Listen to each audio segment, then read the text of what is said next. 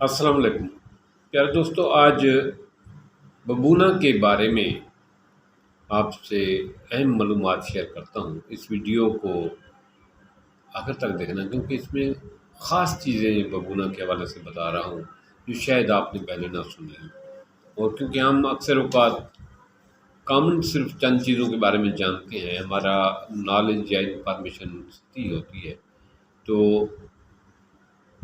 بزرگوں کا نچوڑ، حکیموں کا نچوڑ، کافی سارے ریسرچ کے بعد میں چیزیں آپ کے ساتھ شیئر کرتا ہوں۔ مجھے امید ہے کہ آپ اس پہ ضرور توجہ فرمائیں گے اور اس ویڈیو کو آخر تک توجہ کے ساتھ دیکھیں گے۔ اس کے لیے بہت ساری چیزیں آپ کے لیے فائدہ مند ہیں اور جو آپ کی بہت سارے پرابلم کا اس میں حل چھپا ہوا ہے۔ بابونا بابونا مختلف زبانوں میں اس کے مختلف نام ہیں۔ تو اس کی جب ہم بات کرتے ہیں کہ یہ پیدا کہاں ہوتا ہے، یہ پاکستان، ایران، ہندوستان اور یورپی علاقوں میں پیدا ہوتا ہے۔ اس کے پھول اور جڑ جو ہے وہ زیادہ تر دواؤں میں استعمال ہوتی ہے۔ جب ہم شناخت کی بات کرتے ہیں تو یہ ایک خود رو پودا ہے۔ جڑیں اس کی جو ہے روئیں روئیں سی شکل کا ہوتا ہے۔ اس کے پتے چھوٹے باریک اس قدر لمبے ہوتے ہیں، شاخیں سبز اور نازک اور بریک بریک سی ہوتی ہیں، اور اس کا قد جو ہے عام طور پر 1 ہاتھ تک لمبا ہوتا ہے، یعنی جس کو ہم کہہ سکتے ہیں کہ 1.5 فٹ تک لمبا ہوتا ہے۔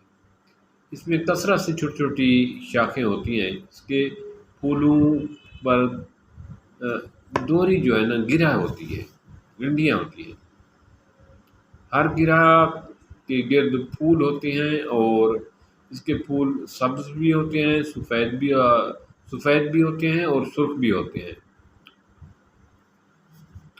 سفید لمبے پتلے ہوتے ہیں۔ دورے قسم کے پھول جو ہے نا سفید رنگ کے ہوتے ہیں۔ دونوں قسم کے پھولوں میں پنکھڑیاں اور گٹھڑیاں سی بنی ہوئی ہوتی ہیں۔ ایک قسم کا پھول نیلا ہوتا ہے جسے فرفریا حکیم لوگ کہتے ہیں۔ یہ قد میں صداب کے پھول کے برابر ہوتا ہے۔ یہ سب سے زیادہ عمدہ قسم ہے اس کی، لیکن یہ نایاب ہے۔ زرد پھول والا ببونا پہاڑی ہوتا ہے۔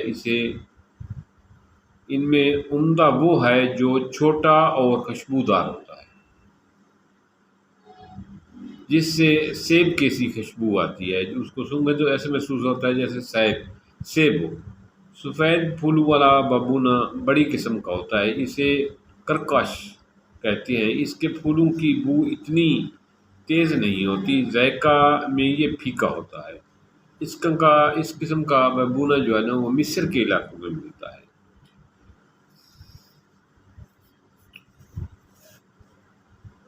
جب ہم بات کرتے ہیں کہ اس کے کیمیائی تجزیے کی، تو اس میں کیمیائی تجزیے میں ببونے کے پھولوں میں وافر مقدار میں فراری ہوتا ہے اور تیل جو ہے بہت کم مقدار میں اس میں پایا جاتا ہے۔ جب یہ روغن تازہ بن رہا ہوتا ہے تو اس کا رنگ نیلا ہوا کرتا ہے۔ کچھ عرصہ پڑے رہنے کے بعد اس کا رنگ پیلا ہو جاتا ہے۔ مزاج یہ گرم ہے۔ تاریخ کی بات کرتے ہیں یہ کتنا پرانا پودا ہے تو جالینوس کی کتابوں میں اس کا ذکر ملتا ہے۔ اسی طرح اس سے پہلے بھی مختلف حکیم واقف تھے۔ سنسکرت کی کتابوں میں بھی اس کا ذکر ملتا ہے، تو جس سے یہ ثابت ہوا کہ یہ مسلمانوں سے ہندوؤں کے پاس آیا۔ یہ خواص کی جب ہم اس کی بات کرتے ہیں، ببونا جو ہے نا بہت ساری ادویات میں استعمال ہوتا ہے۔ ڈاکٹر لوگ اس کا عرق اور کیمیا نکال کر اس کو استعمال کرتے ہیں۔ طب یونانی میں ببونا بہت قوی ایک علاج کے طور پر استعمال ہوتا ہے۔ ببونا دماغ، اعصاب اور اس کا لیپ ورموں کو تحلیل کرنے کے لیے استعمال ہوتا ہے۔ بیرونی طور پر دماغ اور اعصاب کا سرک پر لیپ کرنے سے دماغ کے اعصاب فریش ہوتے ہیں، دماغ فریش ہوتا ہے۔ اسی طرح جب ہم آنکھ کی بات کرتے ہیں تو اس کی جڑ کو پیس کر پوٹلی باندھ کر گرم کر کے سر پہ باندھنے سے سر کو سکون ملتا ہے۔ آنکھوں کے گرد اس کا جوشاندے کا پانی لگانے سے آنکھوں کے ورم ٹھیک ہوتے ہیں۔ آنکھوں کے کوے کے ناسور پر اس کا ضماد کرنے سے مفید ہے۔ اسی طرح جب ہم کانوں کی بات کرتے ہیں، کانوں کے حساب سے ببونہ کو شراب یا سرکے میں جوش دے کر اس کے بخارات کان میں کے اندر پہنچائے جائیں تو کان کا بہرا پن جو ہے نا وہ دور ہوتا ہے۔ یہ اس کے مادے کو تحلیل کرتا ہے اور اس کان کے اندر ریح کو دفع کرتا ہے۔ یعنی اس کو گرم کر کے اس کا پانی کاٹن پہ لگا کے کان میں رکھا جائے تو یہ بہرے پن کا بہترین علاج ہے۔ جگر کے حوالے سے یہ ہے کہ یہ سودے کھولتا ہے اور جگر کو فائدہ دیتا ہے۔ بند پیشاب کے کھولنے کے لیے اس کے پتھری کو توڑنے کے لیے اس کے پھولوں کو 3.5 ماشا کھانا جو ہے نا پتھری توڑتا ہے۔ 3 ماشے کے قریب اس کے پھولوں کا پاؤڈر جو ہے نا روزانہ کھانے سے پتھری خارج ہوتی ہے، مثانے کی پتھری کا بہترین علاج ہے اور بند پیشاب کو کھولتا ہے۔ زنانے امراض کی بات کریں تو اس کو استعمال سے عورت کا دودھ بڑھ جاتا ہے۔ حاملہ عورت جو اس کو استعمال کرے تو وہ اگر یا اس کے پانی میں ٹب میں پانی ڈال کر اس کا پانی بوائل کر کے اس میں نیم گرم پانی میں حاملہ عورت کو بٹھایا جائے تو بچہ آسانی سے پیدا ہو جاتا ہے، یا اس نیم گرم پانی میں عورت کو بٹھایا جائے تو اس کا مہواری جو ہے نا اس کو کھل کے آ جاتی ہے۔ اسی طرح اس کے استعمال سے تیز پسینہ آتا ہے، تیز بخار سے نجات ملتی ہے، جلدی آدمی تندرست ہو جاتا ہے۔ بخار کا بہترین توڑ ہے یہ۔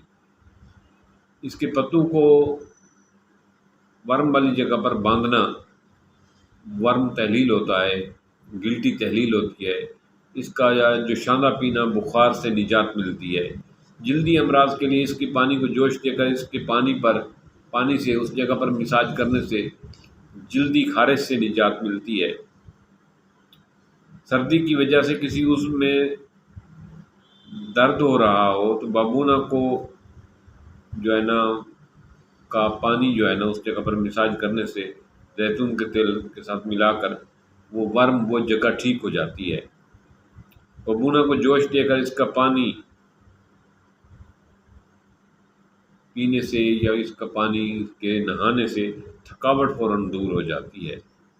سردی کی وجہ سے اگر سر میں درد ہو تو اس کے پانی کا اس جگہ پر نیم گرم پانی کا لیپ کرنے سے اس جگہ پر ملنے سے فوری طور پر ریلیف ملتا ہے۔ اسی طرح بیرونی استعمال کے لیے چوٹ یا موچ آنے کی صورت میں اس جگہ پر جہاں پر موچ آئی ہو اس کے پتوں کو یا اس کے پانی کو نیم گرم کو اس جگہ پر مساج کیا جائے تو وہ جگہ سوجن کم ہو جاتی ہے اور درد سے ریلیف ملتا ہے اور ٹوٹی ہوئی ہڈیاں جلد جڑ جاتی ہیں۔ یہ ببونہ کا بہترین استعمال ہے۔ اس کو بیرونی طور پر بھی استعمال کیا جاتا ہے، جو شانے کی صورت میں استعمال کیا جاتا ہے۔ پنسارے سے لیتے ہوئے خالص ببونہ کی کوشش کریں کہ ملے۔ یہ ایک بہترین جڑی بوٹی ہے، اس کے استعمال سے آپ نے بہت سارے مسائل آپ حل کر سکتے ہیں۔ تو مجھے امید ہے کہ آج کی یہ معلوماتی ویڈیو آپ کو اچھی لگی ہوگی ببونہ کی جڑی بوٹی کے بارے میں۔ شاید اس سے پہلے آپ اس کے بارے میں نہ جانتے۔ تھینکس۔ اس ویڈیو کو اگر پسند آئے تو دوستوں کے ساتھ ضرور شیئر کرنا۔